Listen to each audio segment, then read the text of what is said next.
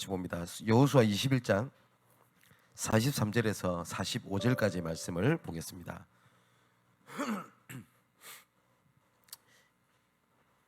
여호수아 21장 43절에서 45절의 말씀 보니까 이렇게 되어 있습니다. 여호와께서 이스라엘 조상들에게 맹세하사 주리라 한 온 땅을 이와 같이 이스라엘에게 다 주셨으므로 그들이 그것을 차지하여 거기에 거주하였으니 여호와께서 그들의 주위에 안식을 주셨으되 그 조상들에게 맹세하신 대로 하였으므로 그들의 모든 원수들 중에 그들과 맞선 자가 하나도 없었으니 이는 여호와께서 그들의 모든 원수들을 그들의 손에 넘겨 주셨음이니라. 여호와께서 이스라엘 족속에게 말씀하신 선한 말씀이 하나도 없이 다 응하였더라 라고 되어 있습니다. 여기 43절에 보니까 이렇게 되어 있죠. 주리라 하신 온 땅을 이와 같이 이스라엘에게 다 주셨다 라고 되어 있습니다. 그죠? 그냥 하나님께서 이와 같이라고 하는 것은 앞에 있는 내용들을 얘기하는 거 아닙니까? 그냥 하나님께서 정복하게 하신 그 이유가 있죠. 그러면서 또 44절에 뭐라고 되어 있냐면 그 조상들에게 맹세하신 대로 하셨다라고 되어 있습니다. 이스라엘 백성들의 행위대로 하셨다 안 하셨고 약속대로 하셨다라고 말씀을 하셨습니다. 그리고 뭐라고 되어 있죠? 안식이 드디어 찾아오게 된 겁니다. 그러면서 45절에는 말씀하신 선한 말씀이 다 하나도 남음이 없이 다 성취가 되었다라고 되어 있습니다. 자, 이처럼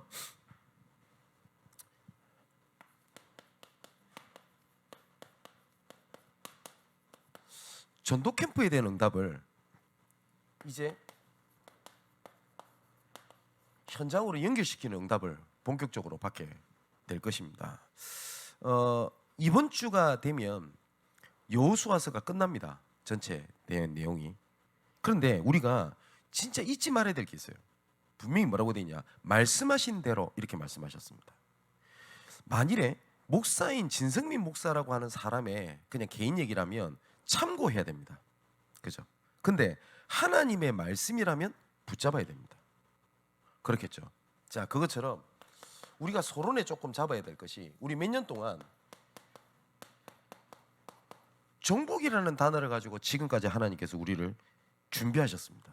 그리고 말씀을 주셨습니다. 제일 중요한 게 정복에 대한 근본은 내가 하는 게 아닙니다. 뭐냐? 그리스도께서 모든 문제를 해결하신 겁니다. 이거를 딱 단어를 딱 말하면 이걸 보고 1, 3, 8이라고 얘기를 합니다. 사도행전 1장 1절에 보니까 데오빌로에 내가 먼저 쓴 글에는 이랬죠. 그리스도께서 모든 문제를 해결하셨다는 겁니다. 그래서 예수님께서 십자가에서 모든 문제를 해결하시는 십자가 위에서 마지막으로 하셨던 말씀입니다. 요한복음 19장 30절에 내가 다 이루었다.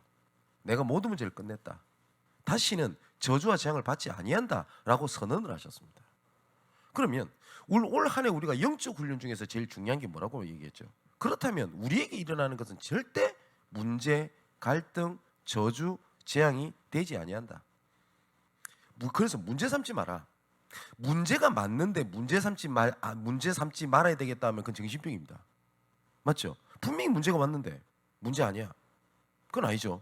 나는 진짜 배가 고픈데 나는 배 안 고프다. 내가 배 안 고프다. 그러고 있으면서 배가 안 고프다고 느껴져요. 그 정신병입니다. 그런데 하나님의 말씀이 문제가 아니라고 하셨다면 내가 문제로 보고 있는 게 틀린 겁니다. 그죠? 그게 사도행전 1장 1절. 이걸 다른 말로는 갈보리 언약이라고 합니다. 그렇다면 우리에게는 문제가 아니라 사도행전 1장 3절에 하나님의 나라 일, 이 일을 통해서 하나님께서는 증인되게 하셨다고 했습니다. 이게 정복에 대한 근본입니다. 이 근본을 우리를 통하여 시작을 하시겠다고 약속을 하셨습니다. 빌립보서 1장 3절에서 6절에 보니까 너희가 처음부터 복음의 일에 참여했기 때문이라. 6절에 뭐라고 되어 있죠? 처음부터 선한 일, 이 복음의 일을 시작하신 이가 마지막 날까지 이루실 줄을 우리는 확신하노라. 오늘 본문에도 그렇게 되어 있지 않습니까? 말씀하신 대로 조상들에게 맹세하신 대로 말씀하신 대로 성취하셨다라고 되어 있습니다. 근데 하나님께서 우리를 부르실 때 이렇게 부르셨다고 말씀을 하셨습니다. 자, 이걸 붙잡게 되니 우리 주변에 일어나는 모든 현장이 재앙이 아니라 전부 다 기회요, 정복의 현장입니다. 자, 이스라엘 백성들이 노예, 포로, 속국, 유랑민이라고 하는 저주재앙에 빠졌거든요. 복음을 하나님께서 이 정복하게 하시는 언약을 놓쳤을 때는 노예, 포로, 속국, 유랑민이 전부 다 뭐죠? 문제고 재앙입니다. 그런데 언약을 붙잡은 자에게는 이것이 정복당하고 문제 있는 현장이 아니라 하나님의 최고의 뭐죠? 기회였습니다. 왜 하나님께서 이스라엘을 먼저 부르셨냐? 이스라엘은요, 모든 강대국 사이에 끼어 있는 작은 나라입니다. 어디를 갈 수가 없어요. 복음의 눈으로 보지 않으면 이렇게 열악하고 문제 있는 데가 없어요. 근데 복음의 눈으로 보니까 모든 사방이 강대국으로 세계로 펼쳐나갈 수 있는 기회입니다. 자, 우리가 그걸 보자는 거예요. 하나님께서 우리에게 문제로 주시지 않았다. 저에게도 문제 갈등이 올 때가 있습니다. 어쩔 때는 뭐 이런 일이 생기냐, 그때마다 생각을 고치는 거예요. 뭐냐? 아니, 이건 문제가 아니라 하나님께서 나에게 정복의 현장으로 주셨다. 하나님께서 그 정복의 현장으로 주셨다라는 증거로요, 하나님께서 뭘 하시는 거냐? 말씀을 주시는 겁니다. 계속 말씀을. 그래서 우리가 지금 여호수아를 중심으로 보고 있으니까 회막에서 돌아와 보니 정복되었더라. 그죠? 그러면 뭘 중심해야 되냐? 말씀 중심이 되는 겁니다. 그것을 정말 하나님께서는 어떻게 하시냐? 실현시키십니다. 이래놓고 하나님께서는 뭘 말씀하시냐? 맨 마지막에 이것을 계속 실현하는 시스템을 하나님께서 말씀을 하셨어요. 그 시스템이 이번 주 받았던 도피성입니다. 자, 이것이 정복의 요약입니다. 하나님께서 우리에게 주신 거거든요. 이 도피성을 어떻게 만들려고 했냐? 하나님께서는 레위 지파에게 맡기셨거든요. 성막의 축복을 현장에 그대로 전달하는 겁니다. 성막의 축복을. 그걸 보고 우리가 뭐라고 얘기하냐? 캠프라는 단어를 쓰는 겁니다. 캠프. 이게 우리가 아는 캠핑이라는 단어하고 똑같습니다. 우리가 만일에 저쪽에 뭐 해운대나 아니면 저 동해 바닷가에 캠핑을 가잖아요. 그럼 그냥 갑니까? 아닙니다. 계획을 짭니다. 그죠?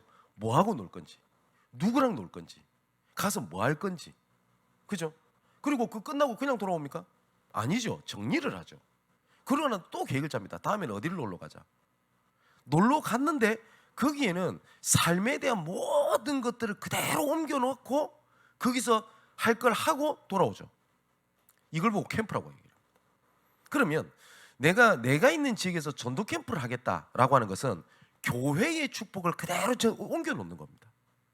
그래서 어떤 지역에서는 가정에서, 어떤 데는 확장주일학교로, 어떤 데는 전문교회로, 어쩔 때는 지교회로, 그죠? 어쩔 때는 치유사역으로 딱 전달해 연결해 놓은 겁니다. 그걸 보고 캠프라고 얘기를 해요. 저는 개인적으로 언약을 붙잡고 있는 구절이 하나가 있습니다. 민수기 14장 28절에 하나님께서 이렇게 말씀을 하셨어요. 여호와의 말씀에 내 삶을 두고 맹세하노라. 너희 말이 내 귀에 들린 대로 내가 너희에게 행하겠다. 하나님의 말씀입니다. 너희의 말이 내 귀에 들린 대로 나는 너희에게 행하게 하겠다. 하나님께서 하나님께 약속한 거 붙잡은 그거 나는 그대로 그걸 행하겠다라고 약속하셨어요. 그래서 저는 완벽하게 전 살지는 못합니다. 그런데 불신앙의 말을 하지 않으려고 몸부림칩니다. 그리고 불평하는 얘기를 하지 않으려고 합니다. 그리고 믿음의 말을 하려고 하고 하나님의 계획을 바라보는 것을 가지고 삽니다. 왜냐? 하나님께서 이렇게 약속하셨어요. 내 귀에, 그죠? 들린 대로 내가 너희에게 행하겠다.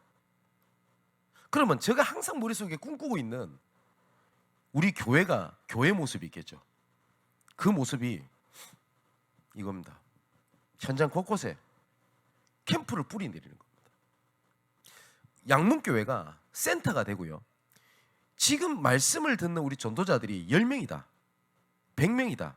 숫자가 중요한 건 아닌데 각 한 사람이 한 지역에 이런 응답을 받게 되면 어떤 일이 벌어질까 생각합니까? 이게 누룩과 같이 번져져 버리게 되는 겁니다. 그죠? 초대교회가 마가다라 앞에 120명이 모였습니다. 근데 이 120명의 현장에 이런 분들이 캠프가 일어나게 되겠죠. 나중에는 어떤 일이 벌어집니까? 바울을 신문할 때 했던 얘기입니다. 그리스도라고 하는 전염병을 퍼뜨리는 자, 이렇게 딱 표현했어요. 이게 눈에 보이니까 쫙 퍼져버리는 겁니다. 그러니까 로마 정부가 감당하지 못한 일이 일어나게 됐거든요. 전도 캠프는 결국은 어떤 싸움이냐? 속도전입니다. 흑암이 번져나가는 속도보다, 흑암 문화가 번져나가는 속도보다 복음의 문화가 확산되는 속도, 그 싸움입니다. 결국은.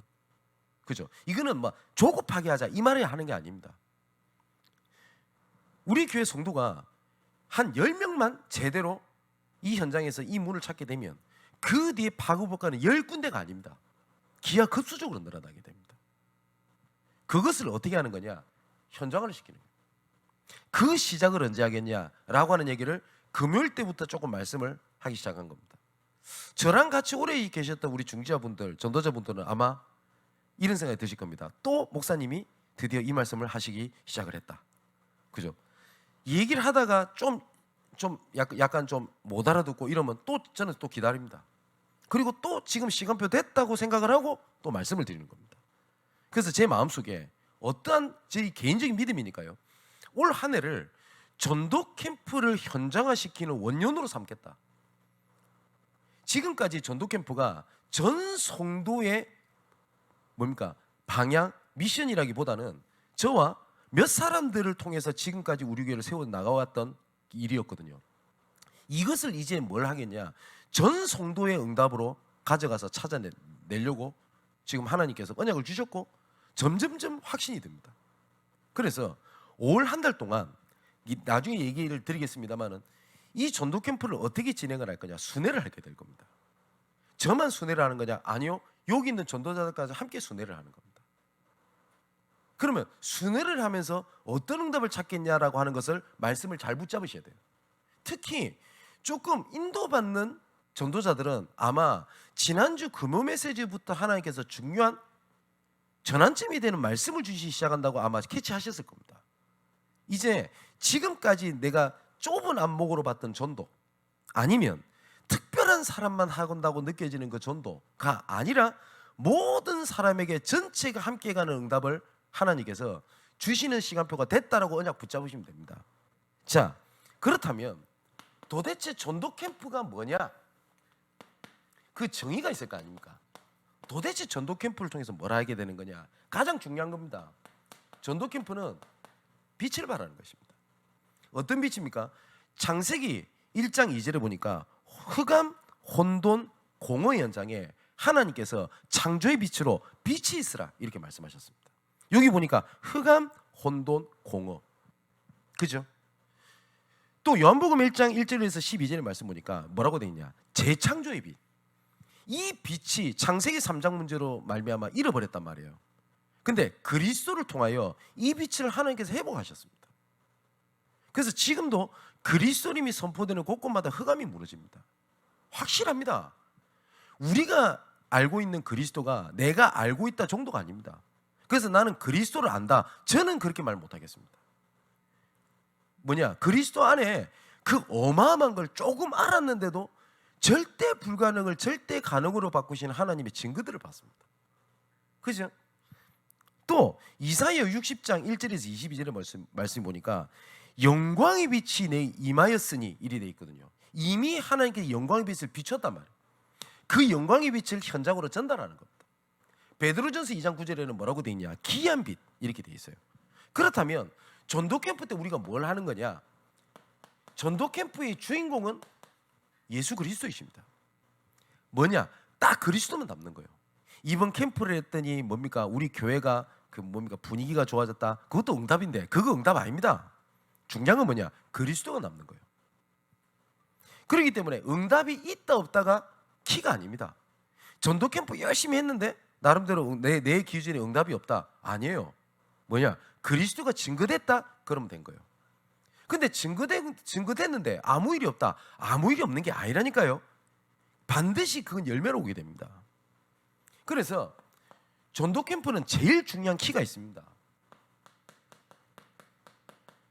어떻게 전체가 함께 갈 거냐. 성경을 보면 하나님의 중요한 시간표에 기적이 일어났던 하나님의 시간표를 잘 보세요. 유월절 어린양 피 바르는 사건, 미스바로 모이는 사건, 특히 사도행전 1장 1절에서 12절의 말씀 보니까 예수의 모친 마리아와 형제들과 다 더불어 뭐라고 되냐, 다 거기에 있어, 이렇게 돼 있습니다. 많이 모였다가 아니죠. 있어야 될 사람들은 거기 다 모여버린 거예요. 그때 하나님의 마가다락방에 오순절에 성령의 역사가 일어나게 된 겁니다. 그렇다면 이번에 캠프를 어떻게 하냐, 전체가 어떻게 함께 갈 건가. 근데 전체가 함께 갈 때 어떤 사람은 참여하든지 어떤 사람은 동참을 하든지 협력을 하든지 어떤 모습이든지 간에 전 성도가 그리고 태영에 이르기까지 어떻게 전체가 함께 갈 건가, 그거를 딱 찾는 겁니다. 마지막에 말씀드리겠습니다만은 여기에 따른 기도 제목들을 하나씩 찾아낼 겁니다. 이 기도 제목 세 가지를 속에 뭘 찾는 거냐, 각 기관, 각 지역, 각 개인이 요 기도 제목 안에 응답받을 수밖에 없는 기도 제목을 찾아내는 겁니다. 응답받을 수밖에 없는 기도 제목이라고 하는 것은 이렇게 찾아내면 됩니다. 지금까지 하나님께서 내게 무슨 말씀을 주셨냐, 그 말씀을 정리하는 것 속에 지금에 있는 내 상황, 내 현실에 일어나는 일을 보면 무엇을 하나님께서 일을 진행하실지가 보입니다. 이거를 표현하기를 응답이 될 수밖에 없는 기도 제목을 찾아내는 겁니다. 이것이 5월 달에 5월 한 달 동안 두고 이 일을 진행을 할 건데 이 기도 제목을 하나씩 찾아낼 겁니다. 이렇게 되면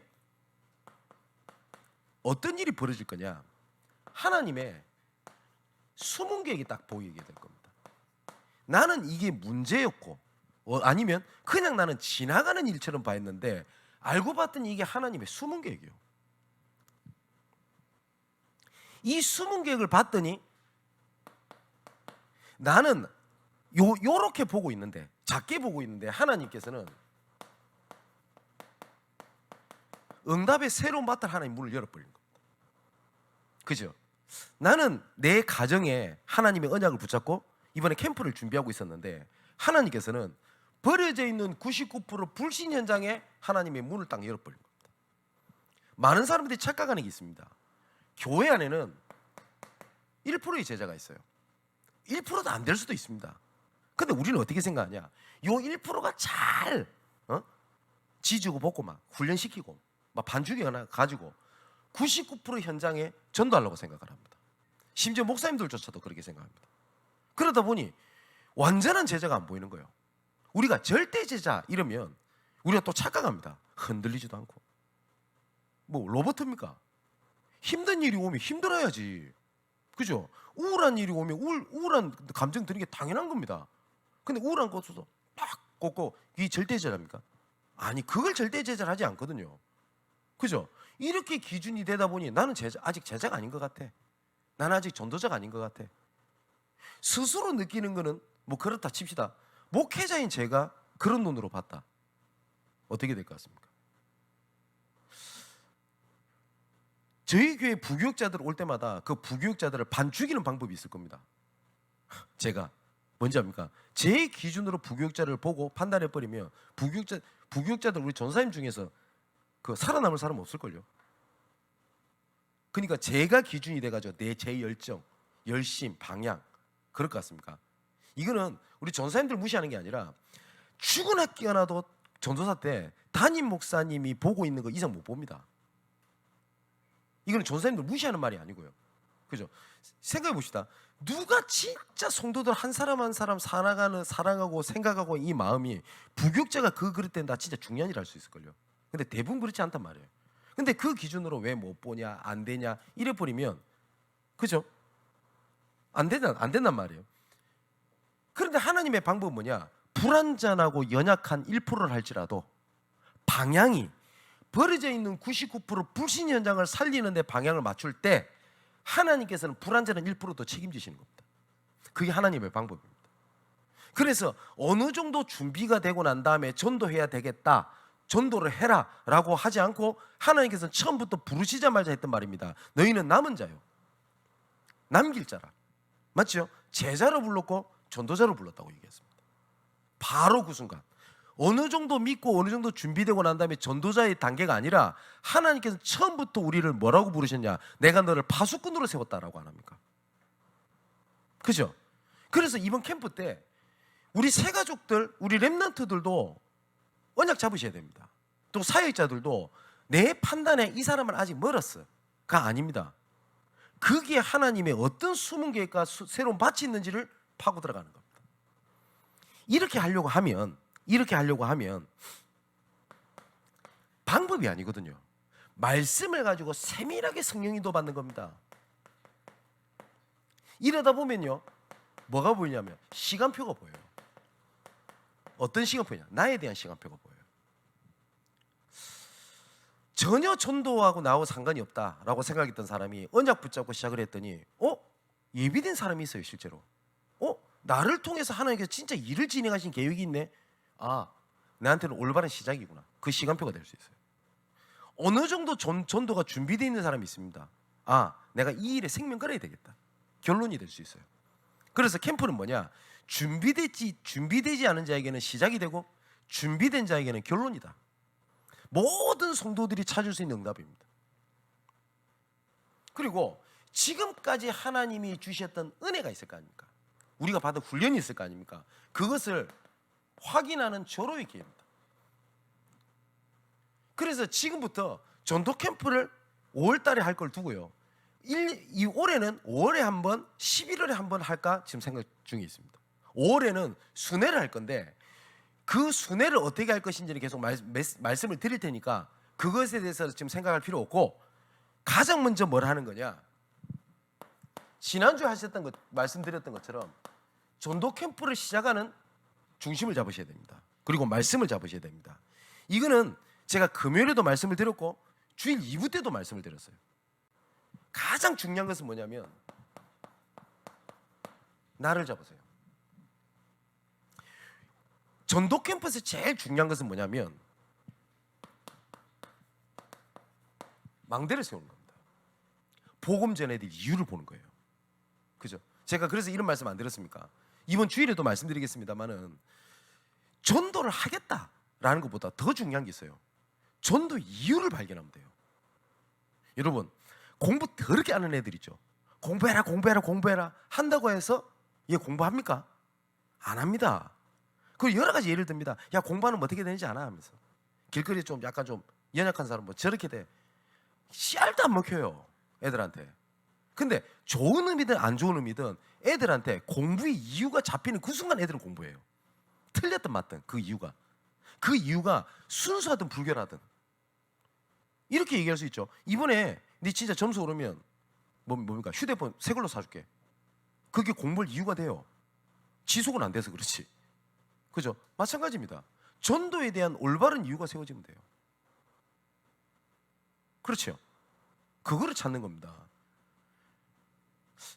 이번에 제가 오늘 어머니랑 이렇게 대화를 이렇게 통화를 하게 되면서 이 재밌는 얘기를 제가 좀 들었습니다. 뭔 얘기냐면 제 아버지가 그 처음에는 뭐 제 신학교 가는 것도 반대하고 그리고 이렇게 전도운동 하는 것도 이해 못하고 그렇게 하셨던 분이에요. 근데 이분이 장로님이 되시고 난 다음에 이분이 그 잘 이해가 안 되셨던 게 하나 있었대요. 그게 뭐냐면 영적 문제라는 거.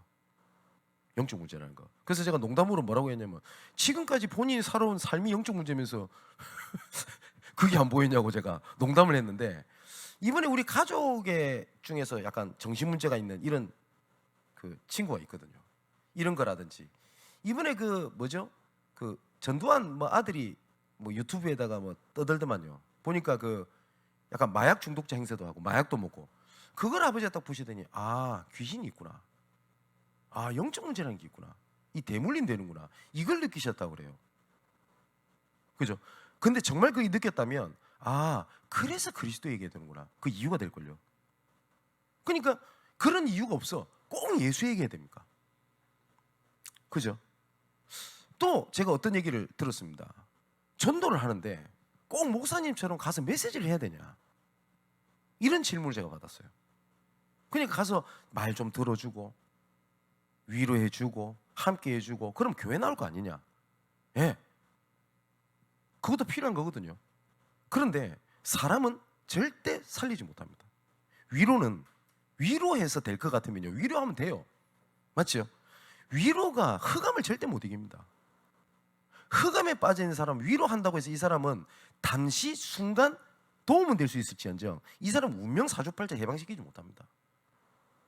그 이유가 보여져야 그리스도에게 될 이유가 나와요. 맞죠? 시작을 우리 나를 잡아라고 하는 것은 뭘 하라는 말이 아닙니다. 그 눈을 보라는 겁니다. 그 눈. 그 진짜 현장에 정말 복음이 필요해 되는 이유를 보라는 겁니다. 그래서 나를 잡아야 돼. 현장에 나를 잡아라고 하는 것은 그 이유가 있어요. 진짜 현장에 창세기 3장, 6장, 11장에 근본 문제로 진짜 무너지는 사람이 있는지를 확인하라는 겁니다. 여러분, 막연하게 그래 영적 문제야가 아니라 정말 이 시대에 흑암 혼돈 공허가 잡혀 있구나. 그래서 하나님께서 그리스도를 보낸 거구나. 그게 보여지게 되면요, 내가 전도를 한다 안 한다 이전에 전도에 대한 이유가 바뀝니다.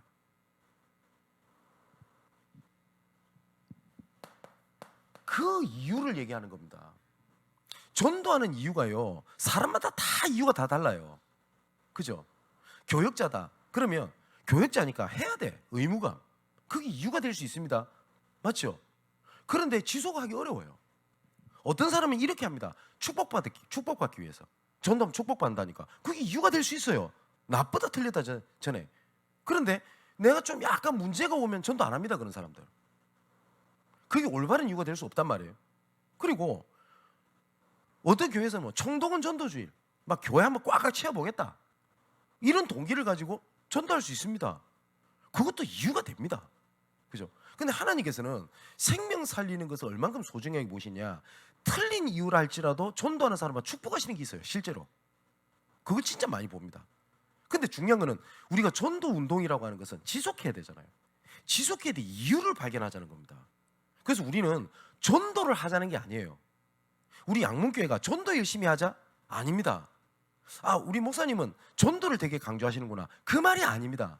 뭐냐? 전도 운동을 하자는 겁니다. 전도와 전도 운동은 다릅니다.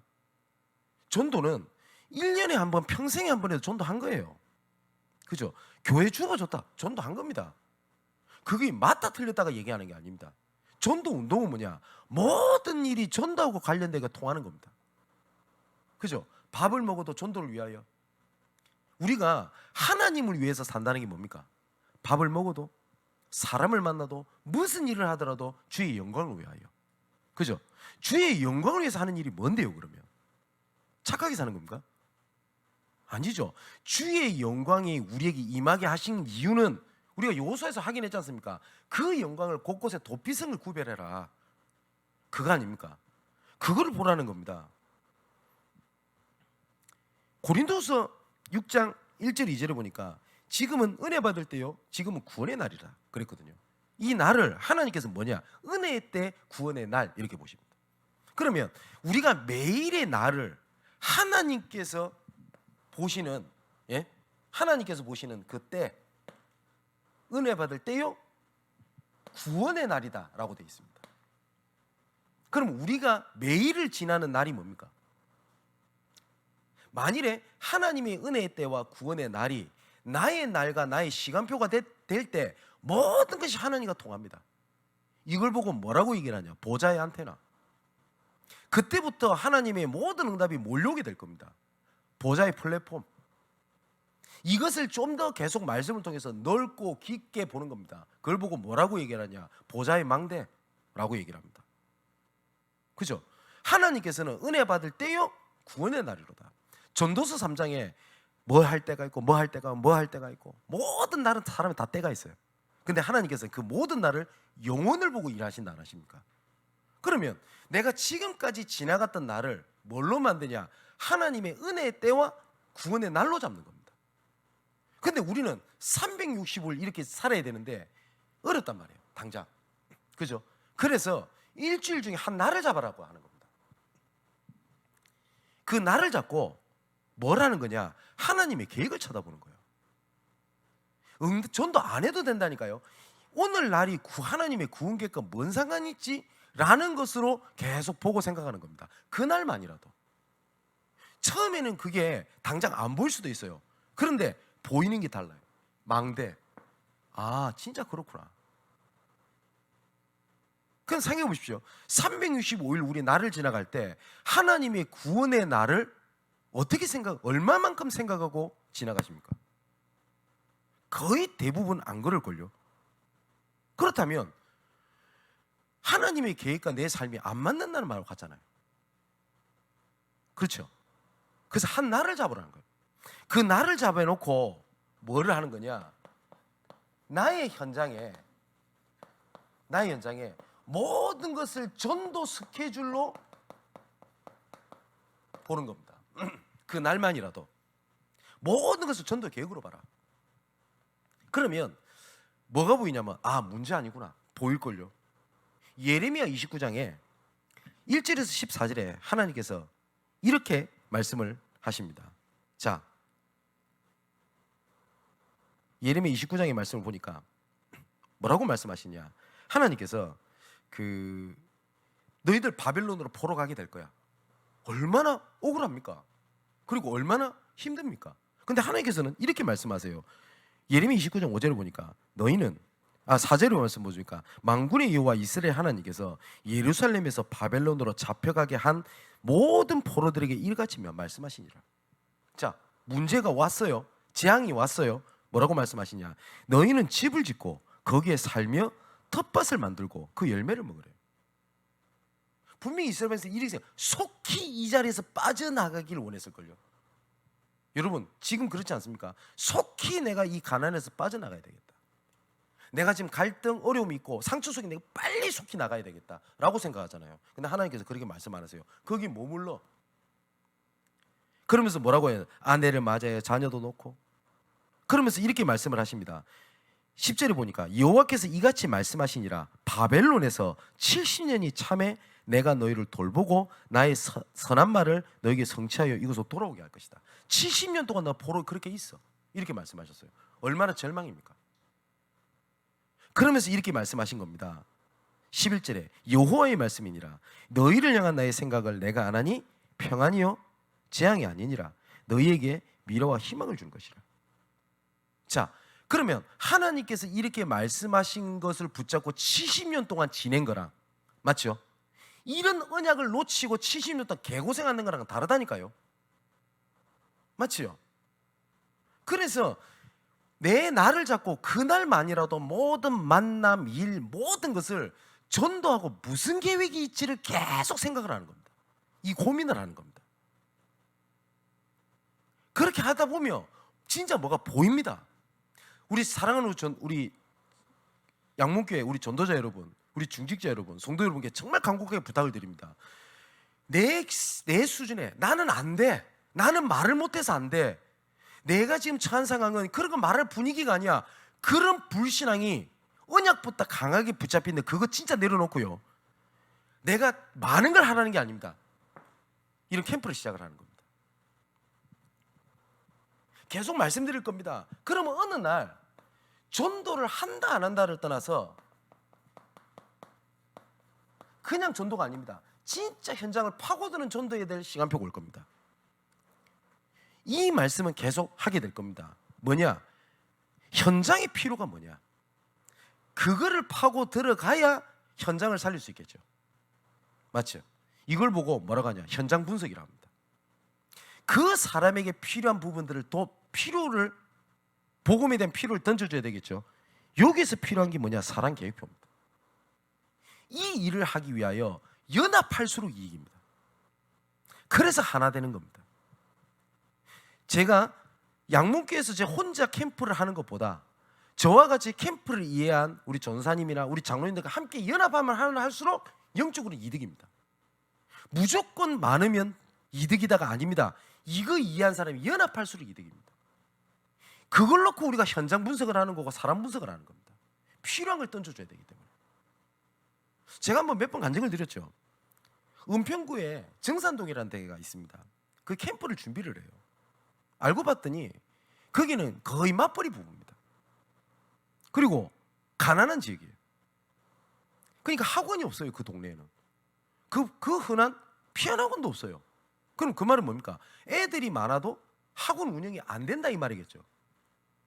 분석 딱 하면 뭐가 나옵니까? 그런데 분명히 맞벌이 부부들이 그 뭐죠? 그 직장을 나가면서 애들한테 분명히 얘기할 겁니다. 모르는 사람 문 열어주지 마라. 문 단속 잘해라. 이렇게 얘기했겠죠. 근데 이런 분석이 안 된 상황에서 예를 들어서 가가호호 축구 캠프 하자.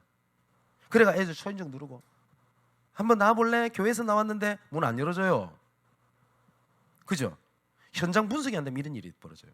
근데 현장을 분석하다 보니 애들이 거의 방치돼 있거든. 학원도 안 가고. 그래서 뭘 했냐? 제가 그때 섬기고 있는 청년들 중에 똑똑한 청년들이 좀 있었어요. 뭐 고려대 출신, 뭐 출신, 그죠? 근데 이런 친구들이 전도하고 상관없이 살거든. 그래서 이 친구한테는 캠프를 뭘 했냐? 공짜 학업 캠프를 한다. 공부방 운영을 한다. 그럼 뭐냐? 너희들은 하루 가르치는 그 날을 캠프의 날로 잡아. 전도 안 해도 돼. 애들 올바르게 가르쳐. 그래서 그때 당시에 그 샤넬 그 매장에서 근무하고 있는 여자 청년 이런 친구들을 불러 모은 겁니다. 그래서 학원을 운영하는 남자 청년도 있었어요. 이은재라고. 이 친구 불러 모은 겁니다. 그래가지고 뭐 했냐? 포스터 이쁘게 꾸미라고 했어요. 뭐 이상 프롬피라 비슷하게 만들지 말고 얄라구지 프린트 하나 붙이면 이쁘게. 그래서 뭘 했냐? 이걸 제가 당당히 가지고 동사무소를 간 겁니다. 나쁜 짓 할 것도 아니니까. 동사무소에서 두 손 들고 환영을 해요. 고맙다고 오히려. 도대체 어떤 교회길래 그냥 하겠다. 그랬더니 장소가 없을 거 아닙니까? 그래서 사회복지관을 열어준 겁니다. 동사무소에서. 어려워요? 이렇게 하다 보니 노인들이 많네. 그러니까 교회 안에 가만히 보니까 뭡니까? 누구를 통해서 파고 들어갈 건가 제일 중요하거든요. 가만히 보니까 그 뭐라고 합니까? 그 벌침, 봉침이라고 하죠. 벌침 놓는 우리 지사님 한 분 계셔. 그래서 이분은 교회 올 때마다 막 꿀벌 들고 돌아다니고 이래서 하더라고요. 교회 올 때 저한테도 맡을 마음도 없는데 맨날 나한테 전사님 이리 오세요 하면서. 이분이 얼마나 소중해 보이는지 현장을 보니 저 이상하게 생각했거든. 그분이 또 하필이면 제 밑에 집에 살았어요. 그래서 이분을 부른 겁니다 제가. 그래가지고 뭐하냐, 이거 들고 들어가자. 여러분 이해되세요? 그걸 보고 캠프라고 합니다. 그걸 보고 파고드는 캠프라고 합니다. 그래서 우리가 현장 분석을 하는 겁니다.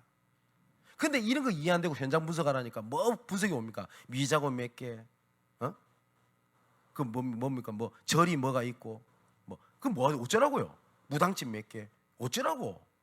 무당집 들어갈 것도 아니면서 이런 식으로 분석을 다 하는 거예요. 사랑교회도 마찬가지입니다. 그죠? 그때 만났던 친구입니다. 어떤 애인데 얘가 지금 어떻게 있는지 모르겠어요.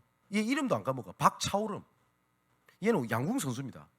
중학생이 전국체전에서 금메달을 따요. 고등학생도 아니고. 여러분 양궁이 우리나라 제일 잘하죠. 우리나라 1등이 세계 1등이란 말이지 않습니까? 근데 얘는 의욕이 없어요. 알고 봤더니 얘가 어떠냐? 집안에 35세 이전에 남자들은 다 죽었어요. 집안 재앙 아닙니까? 근데 얘한테도 소망이 없는 거예요. 나도 그렇게 될 건데. 아하. 그럼 얘한테 필요한 게 뭡니까? 당장 딱 전달해줘야 될 내용이 뭐죠? 너희 집 가문의 대를 영적인 가문을 꺾을 수 있는 그리스도. 맞지요? 그리스도가 여러 파트가 있겠습니다만 진짜 그분을 얘기한 거예요. 그래서 얘 부모들이 이리로 돌아온 거 아닙니까? 여러분 그런 응답들이 어려운 것도 아니잖아요. 널려 있다니까요. 단지 못 보고 있는 겁니다. 그래서 나를 잡아라. 그리고 한 현장을 정해라. 내 지금 처한 상황, 그죠? 그 처한 상황에 전도 안 해도 된다니까요. 그런데 그렇게 있다 보면 그냥 지나가는 말들이 하나님의 계획으로 들립니다. 예전에는 그냥 내가 한때 교회를 다녀본 적이 있는데 이랬던 사람이에요. 예전에는 이렇게 들렸겠죠. 저 사람 종교인이구나. 이렇게 지나가 버린 거예요. 근데 이 일은 나를 잡고 있는데 그 사람이 자기가 예전에 내가 교회를 다녔던 적이 다 툭 던져요. 이게 하나님 시간 필 수도 있어요. 나 좀 살려주세요라고 하는 그게 신음소리인데 내가 못 보고 지나갔단 말이에요. 근데 나를 잡으면 그 말이 들리기 시작해요. 그때부터. 이해되시죠? 만일에 이 일이 내가 24시가 돼버리면 어떻게 됩니까? 내 생각 그리고 내 고백, 내 걸음걸이마다 하나님께서 언약이 성취되는 그 발걸음을 인도해버립니다. 확실합니다. 그거는 제가 어쩔 때 이럴 때가 있습니다. 저는 실수했고 저는 그냥 우연히 한 건데 하나님께서는 문을 열어놓고 기다리는 경우들 굉장히 많이 봅니다. 그때마다 느낍니다. 아, 하나님이 나를 붙잡고 움직이시는구나. 나는 우연인데, 나는 실수한 건데 하나님께서 나를 강권적으로 끌고 나를 이끌어 가시는구나. 그게 캠프입니다. 그죠? 진짜 전도지는 뭔지 압니까? 내 삶이 전도지입니다. 또 이쯤 되면 또 율법적으로 듣는 분들은 그럼 똑바로 살아야 된다는 말이야. 그 말을 얘기하는 게 아니지 않습니까? 저희 교회는 전도지가 없죠. 뭐 만들겠다 이러면 뭐 만들지 마라 이런 마음은 없습니다. 근데 제가 주도적으로 전도지 만들자 이런 마음은 없어요. 우리 성도들 각 현장이 전도지입니다. 각 개인이. 그러면 우리 교회 렘넌트들까지 해서 만일에 30군데가 이렇게 지속되고 있다. 어떤 일이 벌어질 것 같습니까? 한번 그 그림을 생각해 보시라니까요. 엄청난 일이 일어납니다. 그죠? 이런 것들이 우리 그 성도들 현장 곳곳마다 쫙 포진되어 있어요. 도피성이. 그러면 하나님이 구원의 날이라고 했기 때문에 구원받을 사람들이 몰려들기 시작합니다. 왜 우리가 플랫폼이라고 얘기를 하죠? 사람들을 찾아다니는 것은 초보 단계입니다. 장사할 때 사주세요 라고 돌아다니는 사람은 초보입니다. 진짜 고수는 뭔지 압니까? 사게 자기한테 제발 팔아주세요라고 오도록 만들어야 될 거 아닙니까? 그걸 플랫폼이라 하거든요. 여의도에 가면 환승센터가 있습니다. 저기는 수도권 전 지역을 가는 버스가 위에 탔습니다. 이걸 뭐 플랫폼이라 하죠. 그죠? 만들어 놓으면 여기가 환승센터가 있습니다. 광고 안 해도 몰립니다. 그 덕분에 여의도가 주중에는 엄청나게 막힌다는 단점이 있습니다만은 어쨌든 저는 아이폰을 좋아합니다만은 아이폰은 절대 광고 세게 안 합니다. 뭐 딱 하나 하냐? 언제 발표한다. 딱 그러고 끝나버려요. 그럼 어떻게 되는지 아세요? 그날 각국 발표가 언제 우리 출시일이 되지? 그 전날부터 기다리고 있습니다. 그걸 보고 뭐라고 하냐? 플랫폼. 얼마만큼 이 애플이 웃긴지 아십니까? 애플 매장이라고 하죠. 우리나라도 몇 군데 없어요. 지방에는 아예 없습니다. 근데 지방 사람들 왜 안 만드냐 이래서 왔거든요. 미국만 가도요 몇 군데 없어요. 얘들은 당당해요. 왠지 압니까? 없는 지역에서 와서 사요. 와서 사라는 거예요. 전도가 그겁니다. 그런데 이런 플랫폼들을 준비해야 하고 날이 없는데 어떻게 구원받은 사람들이 몰립니까? 그죠? 그 날을 잡아라는 거예요. 그래서 제가 미션홈을 할 때도 제가 미션을 드렸지 않습니까? 이 날을 잡아라. 당장 뭐 안 해도 된다니까요. 자, 결론입니다. 그래서 기도 제목을 좀 드리겠습니다.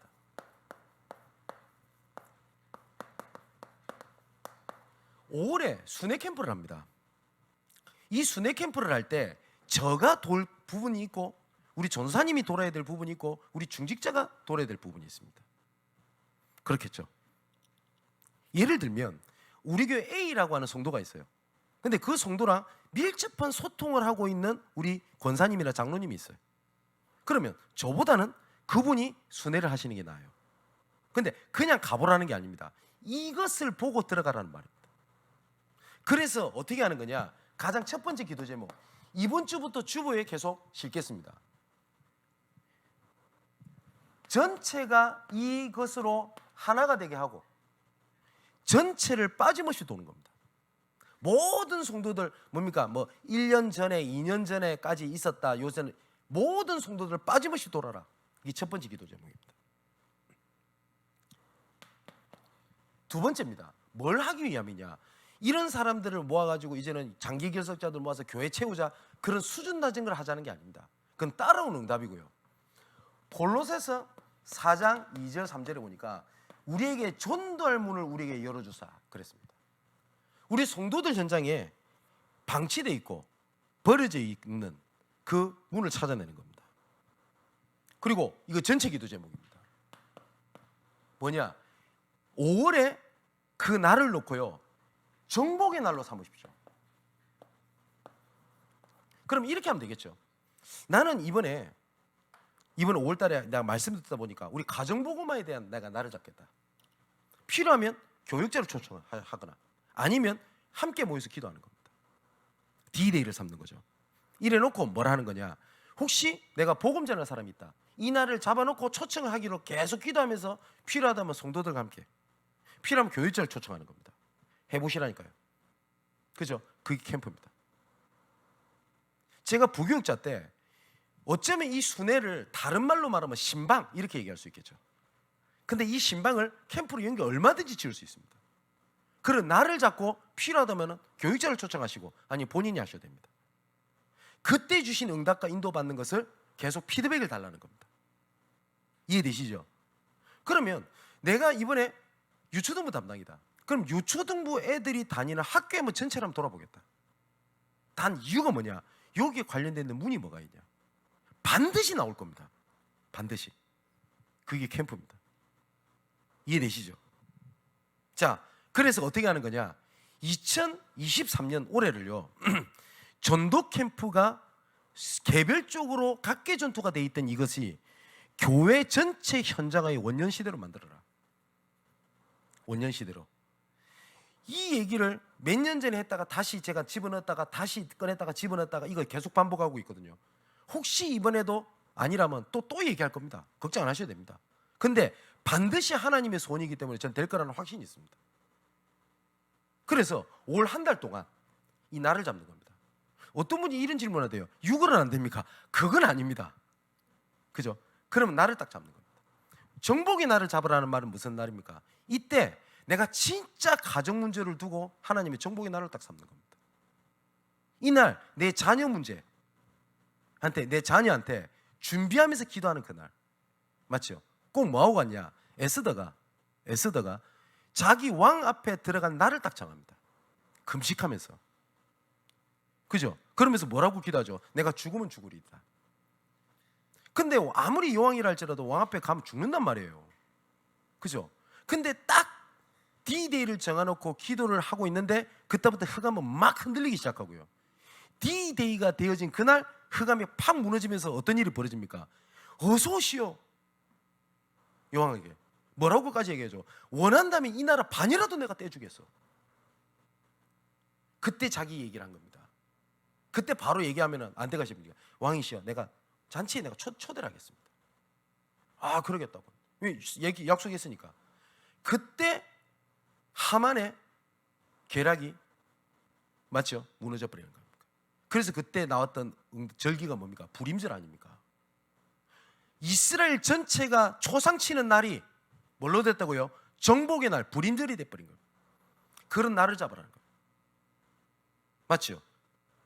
자, 제가 가정복음화의 D-Day를 언제 잡았냐? 우리 아버지 진짜 하나님께서 그 날을 주실 거라고 믿고 있었어요. 그날이 제 아버지가 산소호흡기 낀 날이었어요. 다른 사람들은 우리 집에 아버지 돌아가시니까 다 당황스럽고 있죠. 그때는 저한테는 무슨 날이냐? 정복 때는 그날. 그죠? 안 돌아가셨어요. 네. 얼마 전에 심장 수술하신대.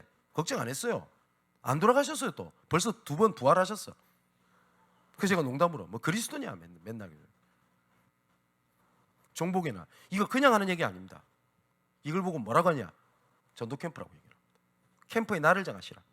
그래서 오늘 진짜 언약 붙잡고요. 전도 캠프를 현장화시키는 원년 시대의 응답을 누리는 주역 되시기를 주님의 이름으로 축원을 드립니다. 기도하겠습니다. 아버지 하나님, 빛을 발하라고 우리에게 명령하신 하나님, 모든 것을 정복을 시작하신 마지막 결론이 이 빛을 현장에 전달하여 사람을 살리는 도피성 캠프를 우리에게 이유로 주신 줄 확신합니다. 얽매였던 것을 벗어나 하나님의 계획으로 들어가게 하여 주옵소서. 살아계신 예수 그리스도 이름으로 기도하옵나이다. 아멘.